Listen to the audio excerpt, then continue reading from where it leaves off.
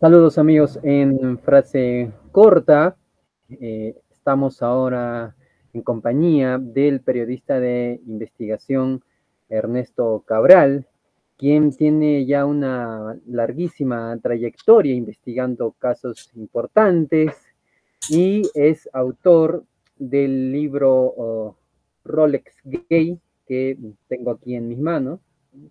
Justo en estos días tuve la ocasión de terminar de leerlo. Ernesto, buenos días, bienvenido a Arequipa, bienvenido a Frase Corta.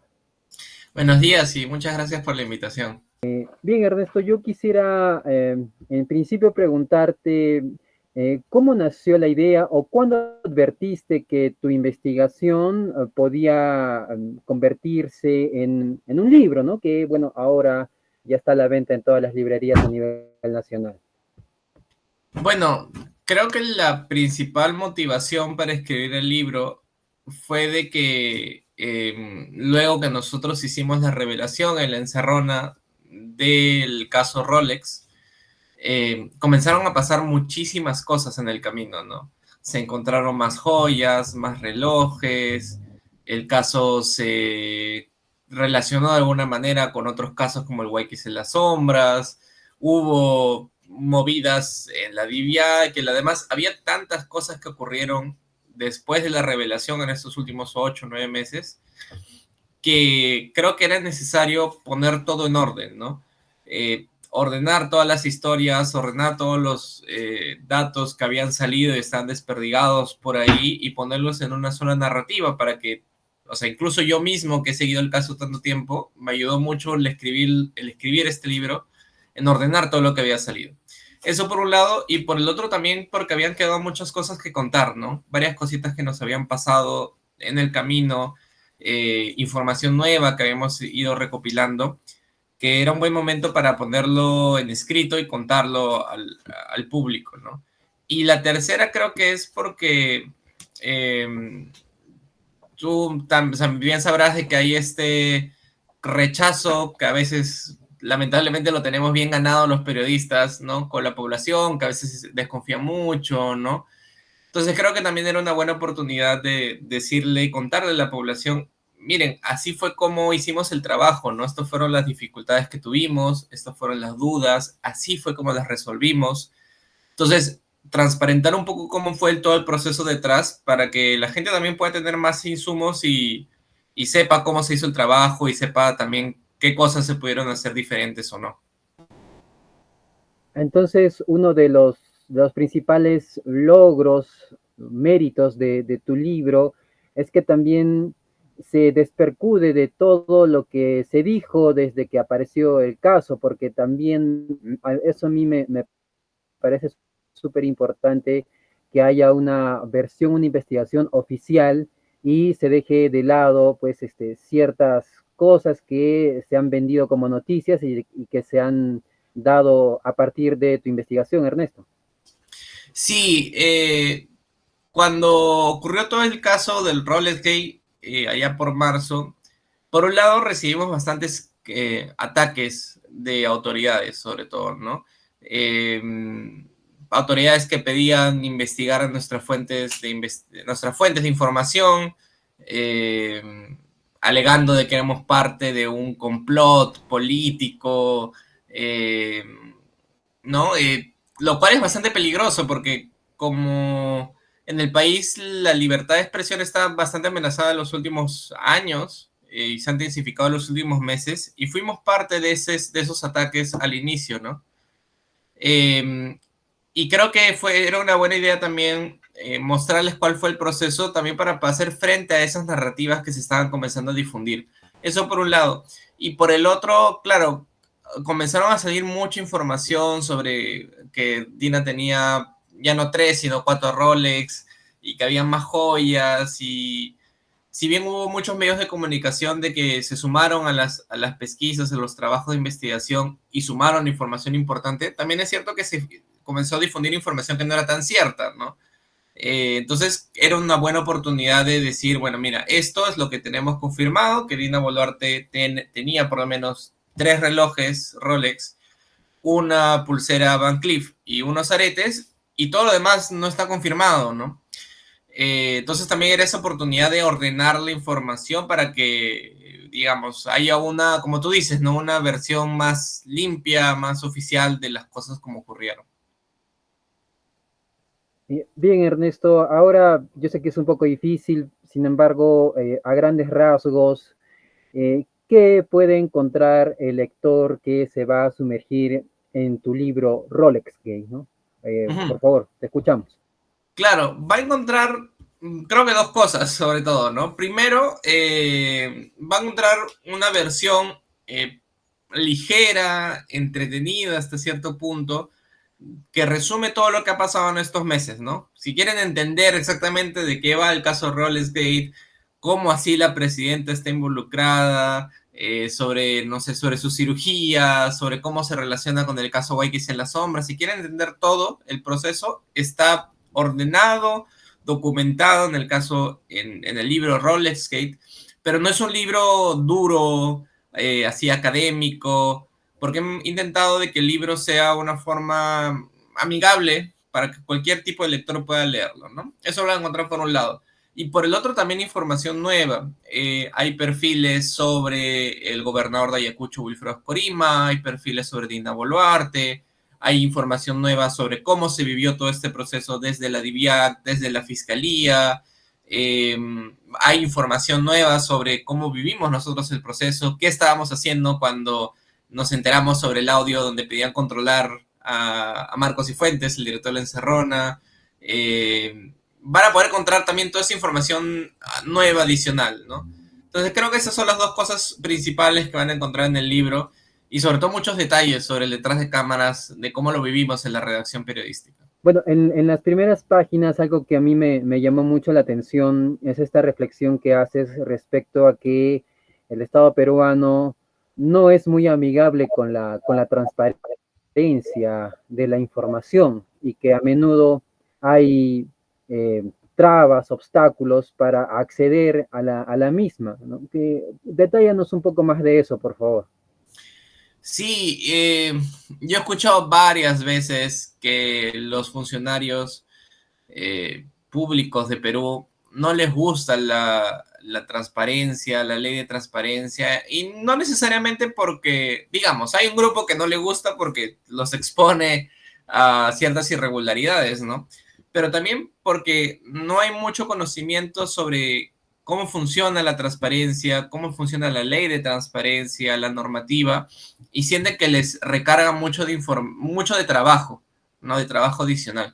Entonces el funcionario peruano no sea porque o porque quiere hacer cosas irregulares y se va a ver expuesto como que siente que es una carga adicional, no le gusta mucho la transparencia. Entonces, claro, el caso Rolex ocurre porque hay este especie de oasis de transparencia en el sector público, que es esta cuentas en Flickr, ¿no? Que es esta casi vestigio del Internet, hace como 10 años o más que existe Flickr, donde se suben estas fotografías en alta resolución, ¿no? Esto existe por lo menos desde el 2011. Y fue gracias a ese oasis de transparencia que tenemos en el Perú casi inadvertido, que pude revisar cerca de 10.000 fotografías, eh, cada una en alta resolución para poder identificar qué tipo de relojes usaba la presidenta, ¿no? Pero sí hay un problema grave de transparencia y lo vemos ahora mismo, ¿no? Con las declaraciones que hace la presidenta, de no querer dar información al público. En el caso Rolex dio como 4 versiones diferentes, habló a la población recién cuando ya se vio citada ante la fiscalía y ya se conoció quién era el famoso Waiki, ¿no? Entonces sí hay un problema bien grave sobre eso, ¿no? Bueno, ahora Ernesto, yo quisiera preguntarte respecto a algo que ya has mencionado en reiteradas entrevistas. Sin embargo, yo quisiera ahora ahondar en esto, ¿no? Porque has mencionado que hay en tu libro una extensión de un perfil de la mandataria, ¿no? De Dina Boluarte y esta resistencia a ceder o a la incapacidad de soltar cosas que ella cree que merece o que no está dispuesta a entregar a los demás, ¿no? ¿Cómo así obtuviste esta característica que no me parece menor en la mandataria, ¿no? Sí, en el libro hay un capítulo específico sobre Dina Boluarte, un perfil sobre su historia tanto política, su historia, digamos, incluso familiar, un poco contar de dónde viene. Pero he podido conversar con muchas personas que han sido parte de su círculo cercano en algún momento, durante campaña, ya durante la vicepresidencia, ya en la presidencia. Y si bien no pretendo hacer un perfil psicológico, porque yo no soy psicólogo y tendría que sentarme con Tina y mostrarle dibujos y hacerla dibujar, no sé, al hombre bajo la lluvia, ¿no? Pero lo que intento hacer es un poco ver cómo la perciben en diferentes momentos de su entorno. Y un claro característica que se repite durante tantos años es que a Dina Boluarte le cuesta soltar. Eh, y eso lo hemos visto, ¿no? Y eso le ha traído problemas. No soltó la presidencia del Club Apurímac, no soltó el cargo en la RENIEC. Hay cosas hasta que parecen anecdóticas en esto en campaña que se molesta porque alguien cogió un cajón de limones que le habían regalado. Entonces, aunque suenen como cosas que parecen anecdóticas, ves un perfil similar que de ahí te termina entendiendo de, ok, entonces por eso no quiere soltar la presidencia tampoco, ¿no? Por eso le cuesta tanto a veces admitir que ha hecho algo que no está es correcto, ¿no? Porque tiene esta sensación de que, esta idea de que todo lo que ella tiene se lo ha ganado, ¿no? Y todo lo que ella tiene es parte de sus esfuerzos. Entonces, ¿por qué tendría que soltarlo, ¿no? Entonces, ese tipo de características te permiten entender un poco también cómo es la presidenta que nos está gobernando y entender un poco sus decisiones políticas, ¿no? Eh, He notado también, como los periodistas que ya te han entrevistado, que Dina Boluarte es bastante desconfiada, no sé si al extremo. Sin embargo, en este punto yo no pude evitar pensar en las películas de, no sé, de la mafia, ¿no? Donde los gángsters son también así, ¿no? No desconfían de su entorno más cercano, ¿no? Entonces, que no sé si ese paralelo es oportuno, pero no he podido evitar pensar en eso, ¿no?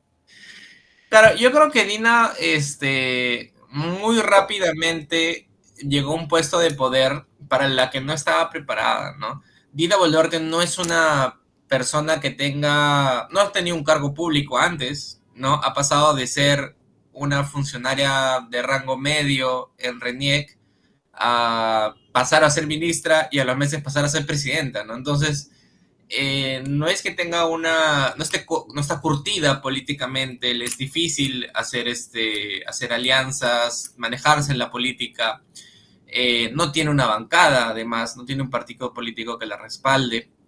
Y tampoco parece muy interesada en hacer política, ¿no? Está más interesada en quizás retoques estéticos, en ver sus novelas turcas, pero claro, y esto o sea, no me lo estoy inventando yo, no lo dice gente que ha sido su círculo cercano, es una persona bastante desconfiada, ¿no? Siempre piensan que hay una venganza, un complot de venganza en su contra, que tiene que estar cuidándose las espaldas.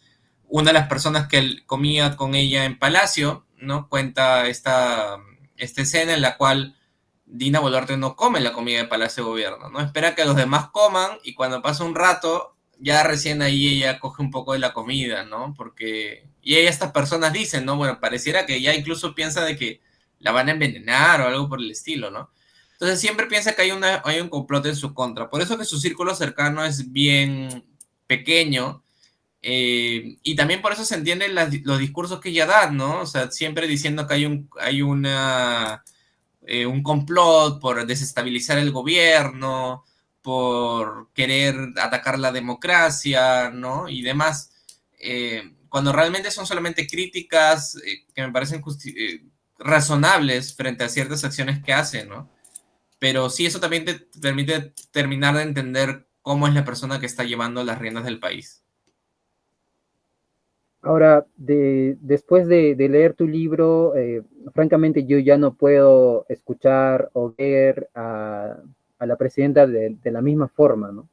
Y más aún con esta esta anécdota que se cuenta con detalle en el allanamiento cuando se le encuentra este muñequito, ¿no? Y bueno, la política de la brujería, ¿no? Tal vez no nos lo puedas relatar ahora. Sí, claro. Yo he podido conversar con más de una persona que estuvo presente durante el allanamiento, ese sábado, la madrugada del sábado de Gloria, cuando después de haber entrado a la casa de Dina Boluarte, ¿no? Este video famoso donde usan este torito para romper la puerta, el equipo de fiscales y la DIVIAC va a Palacio de Gobierno. Y cuando haces los allanamientos, el protocolo no solamente te dice que tienes que, digamos, ver las instancias, los cuartos de ese lugar, sino también tienes que hacer un cateo personal. O sea, ver qué llevas en tus bolsillos, en el bolsillo del saco y en la cartera también. Entonces, cuando le piden la cartera, Boluarte como que dicen, pero ¿por qué también mi cartera es necesario? Cuando le dicen que sí y revisan la cartera, lo que las fuentes mencionan es que encontraron un muñeco que se asemeja, que lo describen como un muñeco vudú, con esos típicos muñequitos vudú chiquitos, ¿no? Que es un muñeco negro, que tiene como cintas rojas, en vez de pies tiene como cabecitas, y Boluarte lo coge y dice, es mi peluche, ¿no? Ahora, conversé con Teo Berrú, que es ha sido guía espiritual, digamos, de Dina Boluarte, ¿no? En el pasado también ha sido su jefe de campaña, y él confirma que efectivamente son estos muñequitos que se suelen usar en la denominada magia negra, ¿no? Para hacer daño a la gente y demás. Ahora, yo en el libro no estoy diciendo que efectivamente Boluarte tenga poderes sobrenaturales, ¿no? Y pueda hacernos daño así con muñecos, pero me parece importante mencionar ese caso porque te perfila de nuevo, te da un pincelazo bien interesante de cómo piensa la presidenta. Porque, ¿quién no tenía un amuleto, no? ¿Quién no tenía su guairuros, por ahí su equeco, ¿no? No sé, su preparado de hierbitas con perfume para la buena suerte? O sea, siempre hemos tenido algo de eso. Pero dentro de estas creencias, Boluarte ya no está usando cosas para protegerse, para traer la buena fortuna, sino para atacar, ¿no? Entonces, más allá de si sea cierto, ¿no? Que efectivamente ese muñequito puede tener poderes o no, te revela mucho sobre la personalidad de Boluarte. De nuevo, ¿no? Es una persona que desconfía. Entonces, y tiene que tomar, incluso en esos aspectos, tiene que tomar otro tipo de medidas, ¿no? Que son más confrontacionales, no más de voy a hacerle daño a esta persona porque me quiere atacar, porque se quiere vengar de mí, ¿no? Entonces es bien peculiar y refleja muy bien, ¿no? La personalidad de Boluarte. Que no, y de hecho no es la primera presidenta que le gusta ese tipo de cosas, ¿no? Recuerdan Vizcarra, tendía a Jaime, Fujimori iba a las guaringas, ¿no? Entonces es el tema de los chamanes y los curanderos alrededor de los presidentes es algo que tiene tiempo, ¿no? Y claro, algo que no se me escapa es que luego de la aparición de este muñequito, pues sucedieron cosas, eh, digamos, científicamente inexplicables, ¿no? Pero ya no voy a spoilear más Sí, sí, al sí, lector, al léale. futuro lector de tu libro. Otro gran personaje del libro, bueno, de tu libro, Rolex Gay, es Wilfredo Oscorima. Ujú. Y bueno, este señor tiene una lógica de las apariencias bien establecida, bien, digamos que también forma parte de su ser como persona política, ¿no? Coméntanos, por favor, respecto a la lógica de las apariencias de Oscorima, ¿no? Sí, oye, pero me he puesto morado. Quizás el muñequito, no sé si se ve también ahí, es muñequito de Dina, quizás está involucrado. Pero sí, yo incluso ahí cuento en el libro cómo hay cómo con Oscorima lo conozco incluso desde antes. eh, y cómo siempre he tenido, no le voy a spoilear mucho cuál es la experiencia que he tenido con Oscorima cuando yo era un niño, pero siempre habla mucho sobre esta personalidad de él, ¿no? Que es una persona, para empezar, es un empresario, ¿no? Es un empresario que ha estado en la época de los casinos, ha hecho mucho dinero, es una persona que gusta de los lujos, de buenos carros, él mismo ha dicho que es una persona que le gusta comprar relojes Rolex y que tiene una colección, ¿no?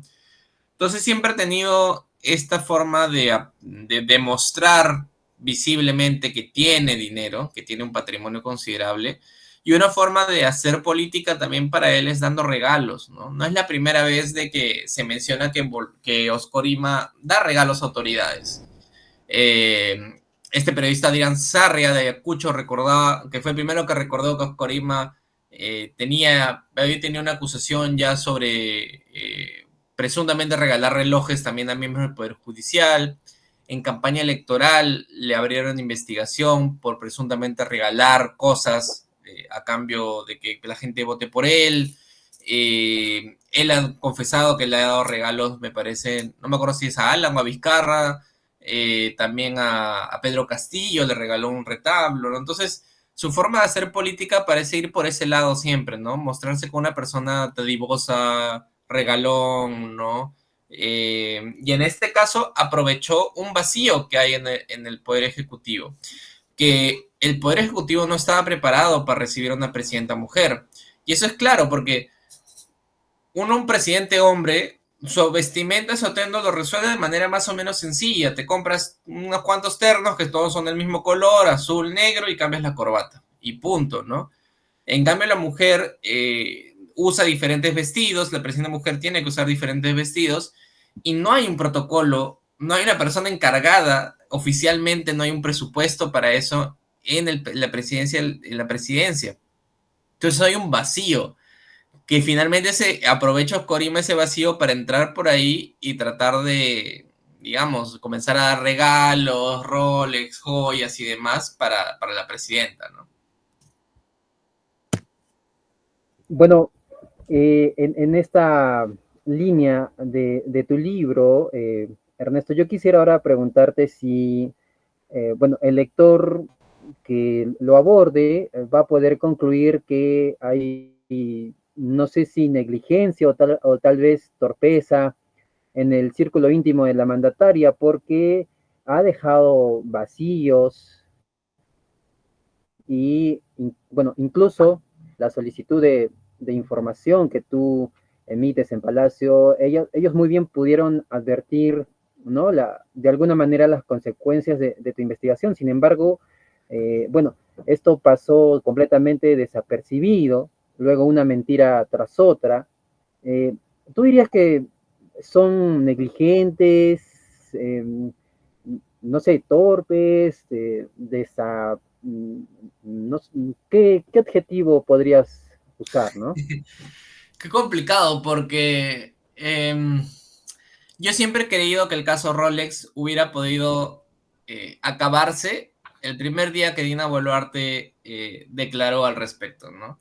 Ella pudo haber dicho una respuesta mucho más elaborada, decir de que había una, no sé, de que como ella al parecer come con 10 soles al día, puede ahorrar de manera suficiente para, con el sueldo de ministra y el sueldo de presidenta, poder tener, comprarse un Rolex, ¿no? O quiero decir cualquier otra cosa un poco más elaborada para comunicacionalmente quedar mejor parada, ¿no? Pero respondió con la peor de las respuestas, que decir, es un reloj de antaño. Al decir que es un reloj de antaño es como que lo tienes hace como por lo menos 5 o 10 años y ya no cuadra todo, ¿no? Porque para si es de antaño cuesta muchísimo más. Si es de antaño, tus sueldos no te dan, porque ya o sea, lo tenías cuando no eras presidenta, ni siquiera cuando eras ministra, y no te alcanza el sueldo. No es tan fácil conseguir un Rolex. Tienes que ir y hacer cola de espera y ven cuál es tu riesgo crediticio y demás para poder tener acceso a estos bienes de lujo, ¿no?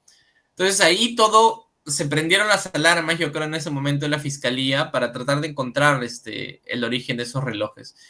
Y creo que eso pasa porque hay mucha improvisación, ¿no? Dina Boluarte parece estar más concentrada en otras cosas, en otros aspectos. eh, no parece estar haciéndole caso también a su grupo de comunicacional, ¿no? quizás también en parte por esta desconfianza que ella tiene, pero parece haber mucha improvisación, ¿no? Mucho reactivo, ¿no? No tanto proponer cosas del gobierno, sino reaccionar hacia las críticas que salen contra la presidenta y reaccionar de esa manera que es de pensando que le quieren hacer daño, que se quieren vengar de ella, ¿no? Pero sí, hay mucho de eso y creo que eso queda bastante bien relatado, al menos una primera aproximación, ¿no? En las páginas que se hablan de Dina en el libro. Bueno, en la medida en que el lector va abordando Rolex Gate, también llega un punto en el que hay una suerte de entorpecer las investigaciones que, bueno, de alguna u otra manera, indirectamente, al parecer ella misma ha propiciado, y ese intento sigue hasta estos días, Ernesto. Sí, es una parte, hay un capítulo bastante interesante que se llama Guerras Secretas dentro del libro, en el cual comenzamos a atar todos los casos que han estado sonando de manera pública, ¿no? Y un caso en el que se vincula bastante el caso Rollersgate es con el caso Waikis en la sombra, ¿no? Esta presunta organización criminal que tiene en la cabeza Nicanor Boluarte, ¿no? Que ahora está prófugo.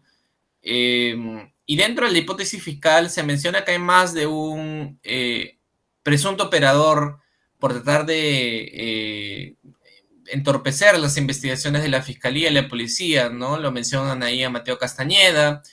Mateo Castañeda, por ejemplo, hay estos audios que ya son público conocimiento donde pregunta a Colchado y a Morán, al exministro Morán, si tienen información sobre los fiscales de esa época por el caso Rolex, ¿no? Para tratar de como de tener algún tipo de información contra los fiscales y poder defenderse por ese lado.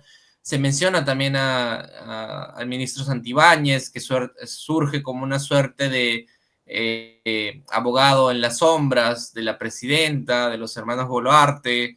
Entonces, hay muchos intentos por tratar de entorpecer las investigaciones a nivel fiscal, pero también hay que mencionar de que hay una actitud muy confrontacional contra la prensa, que es lo que hablamos al inicio, ¿no? Por ejemplo, está este informe de Chapultepec, el índice de Chapultepec, que es un índice regional de toda la América Latina, que evalúa cómo son los niveles de libertad de expresión en cada uno de estos países, y el Perú ha caído a niveles bajísimos. Y es básicamente, tú lees el índice y es básicamente por las reacciones del presidente al caso Rolex. Entonces, creo que también no solamente tratar de entorpecer las investigaciones formales, ¿no? De la fiscalía y de la policía, sino también hay una actitud hacia la prensa que hacemos estas investigaciones, digamos, más desde nuestra labor, ¿no? Como servidores de los ciudadanos, que también está tratando de entorpecer, ¿no? Esto de poner rejas para tener a los periodistas en un solo lugar y no que nos acerquen, no dar declaraciones a la prensa, decir que somos parte de complots y tendenciosos. Entonces, eso también hay una vocación de Boluarte porque no se conozca la verdad acerca de ello. Ernesto, bueno, ya para ir ¿no? Redondeando la entrevista, yo he visto cuando el director de La Encerrona, Marcos y Fuentes, también te aborda respecto a tu libro. Tú mencionas que el último capítulo, ¿no? Que son 5 joyas, 5 favores, es uno de tus favoritos o el capítulo que le tienes más cariño. Yo quisiera preguntarte ahora por qué, ¿no? Bueno, me gusta bastante ese capítulo porque creo que es un buen cierre para entender todo el caso, ¿no? O sea, es como si están preguntándose por qué hay tanto conmoción por un par de relojes Rolex, ese capítulo es clave. ¿Por qué? Porque primera vez yo también me senté a ordenar la información y ver cómo cada reloj corresponde, hay un correlato con un presupuesto que se traslada al gobierno regional de Ayacucho. Y para la fiscalía, ese es un presunto caso de soborno, ¿no? La denuncia de la fiscalía contra Boluarte, que está en el Congreso, menciona de que cada una de estas joyas fue una suerte de soborno para la presidenta para que se aceleren cada uno de estos presupuestos adicionales, ¿no? Entonces ese capítulo queda muy clarito, la fecha en que se entrega un reloj o una joya, la fecha en que se hace un presupuesto, una transferencia presupuestaria al gobierno regional de Ayacucho, y cómo comienzan a volverte a aparecer con estas joyas, cada vez con una joya adicional, ¿no? Entonces, por eso me gusta bastante, ¿no? Porque incluso yo, que sé yo tantos meses el caso, cuando me senté a escribir ese capítulo fue, ahora entiendo muchísimo mejor cómo es todo el meollo del asunto, ¿no? Entonces creo que ese capítulo, incluso lo pueden leer de manera independiente, pueden comenzar por ese mismo capítulo y va a quedar súper clarito. Ernesto, yo ahora, bueno, quisiera comentarte esto, ¿no? Nosotros en Frase Corta, cuando solicitamos entrevistarte hace una semana, ¿no? Ujú. Nosotros no, obviamente no sabíamos que días después la mandataria iba a ofrecer una conferencia de prensa intempestiva, al parecer, donde hace una confesión, pero a la vez es un contrasentido porque dice que no se ha operado, pero sí se ha operado. O sea, tú que has estado de cerca, ¿qué reflexión o qué comentario te motiva esta última conferencia de Dina Boluarte, ¿no? Sí, creo que es parte del perfil de Dina, ¿no? Una presidenta que piensa que todas las críticas hacia ella son un complot en su contra para desestabilizar el gobierno, ¿no? Y su respuesta fue francamente, no sé, siento que a veces trata de subestimar un poco la comprensión de los ciudadanos peruanos porque evidentemente se operó la nariz. O sea, claro, puedes decir que quizás tenía el tabique desviado, ¿no? Y a veces te dice tienes que hacerte ese tipo de intervención, pero se operó la nariz, se ha puesto Botox, se quitó digamos, estas zapatitas de gallos que tenemos debajo de los ojos. Y mira, y todo bien, no, no, o sea, no hay problema con que la presidenta se quiera hacer un retoque si es con su dinero. El tema es que lo que no parece entender la presidenta, y es el mismo caso con los Rolex, hay ciertas normativas que se tienen que cumplir. En el caso de los Rolex, la normativa te decía que tienes que declarar esos relojes. Tanto ante el despacho presidencial tienes que hacer una declaración de regalos y devolverlos cuando pasan cierto monto. Y también lo tienes que declarar a la Contraloría. Y ninguna de las dos cosas la hizo. En el caso de la operación, todo bien con que se haga una operación, pero tienes que seguir ciertos protocolos. Si vas a estar en una operación y estás casi 10, 12 días de descanso médico, tienes una incapacidad física temporal, como cualquier operación. ¿Y qué tenía que haber hecho en ese momento? Declararlo y que sea el presidente del Congreso, te guste o no. A mí no me gusta que el presidente del Congreso asuma las labores de la presidencia, pero así es la norma. Y por eso se le ha abierto una investigación, ¿no? Entonces creo que hay esta vocación de Boluarte por creer que hay un complot en su contra, cuando no entiende que hay ciertas normas que se tienen que cumplir, ¿no? Pero sí, ha sido además, después de esas declaraciones que dio el ministro de Educación, Morgan Quero, y Morgan Quero aparece justo en el medio, detrás de Boluarte, como si nada hubiera pasado, ¿no? Entonces sí, parece que es una de las tantas declaraciones que hace por salir del camino, sobre todo cuando estaban a horas de hacer la reconstrucción de la visita a este condominio en las playas del sur de Lima, ¿no? Entonces, de nuevo, es Boluarte defendiéndose en vez de gobernar, ¿no? Eh, Ernesto, bueno, para ya finalizar tu participación en Frase Corta, en tu libro también hay gran cantidad de referencias, citas, ¿no? Apoyos, registros, ¿no? Que yo asumo son para darle credibilidad, sustancia, ¿no? Apoyo y que la publicación, ¿no? Eh, sea entendida como una investigación verídica. Y es algo que, bueno, a mi parecer, no he advertido en otros libros de investigación periodística esta gran cantidad de apuntes ¿no? que también recoges. Yo quisiera preguntarte, ¿es ahora, bueno, en estos tiempos convulsos también necesario, ¿no? Para la protección del mismo periodista de investigación? Sí, lo que he intentado hacer con el libro es ser bien transparente con la gente, ¿no? Decirle, miren, porque lo has visto, ¿no? En cada capítulo tiene entre 50, 60 fuentes de información, ¿no? La bibliografía. Eh, y lo que he intentado es de que la gente pueda tener claro de dónde viene cada información, ¿no? De dónde viene cada frase, de dónde viene cada dato, ¿no? Si ha sido una fuente documental, si ha sido entrevistas, con quién he entrevistado. También en algunos casos he pedido los descargos de la otra persona, entonces también ahí están declarados, están mencionados. Estoy intentando tratando de tener el mismo rigor que suelo tener en mi trabajo, que quiero tener en mi trabajo, tenerlo también en el libro. Y si bien el libro es un libro que es bastante entretenido, es ligero de lectura, creo que lo puedes leer en 1 o 2 días, sí para mí es importante que de todas maneras sepan de que hay un trabajo, hay una chamba detrás, ¿no?